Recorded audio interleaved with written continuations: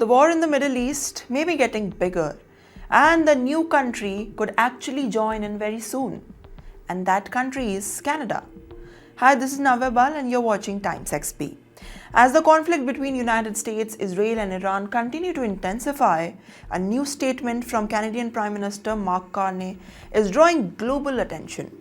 The war has already shaken the region after massive US-Israel strikes on Iran and the death of Supreme Leader Ayatollah Ali Khamenei. Since then, tensions have been rising rapidly, with fears that more countries could get pulled into a conflict, be it directly or indirectly. And now, Canada's position is being watched closely. Speaking during an official visit to Australia, Prime Minister Mark Carney was asked a direct question by a reporter. And that question was, could Canada eventually join the war in the Middle East? And his response immediately caught the headlines. Carney said Canada cannot categorically rule or participate, in the terms of conflict. But in simple terms, he did not confirm that Canada would join the war, but he also did not close the doors of the possibility.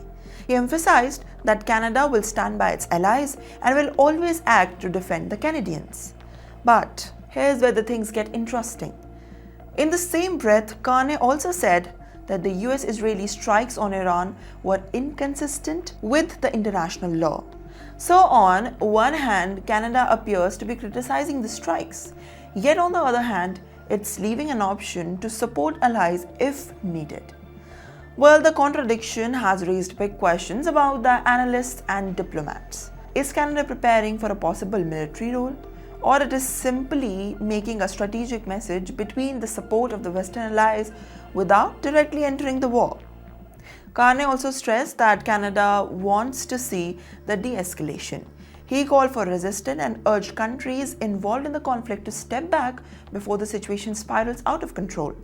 But the reality on the ground suggests that the crisis is only getting more dangerous. And there is one important twist here. Carney made these remarks while addressing leaders in Australia, where he called on countries like Canada and Australia, often described as the middle powers. So they basically work closely together for the rapidly changing global orders. And according to him, if these nations do not cooperate for the stronger roles, the global rules could actually end up being written entirely by the world's largest powers. So, in other words, we can say that countries like Canada may soon face difficult choices about where they stand in the major global conflicts. And that brings us to a bigger picture.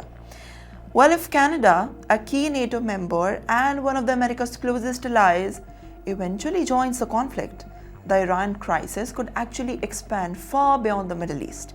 It could draw more Western nations and reshape the geopolitical balance in the region.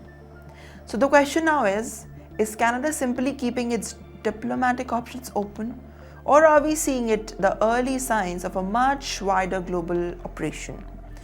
What do you think? Could Canada actually enter the Iran conflict? Let us know what you think in the comments.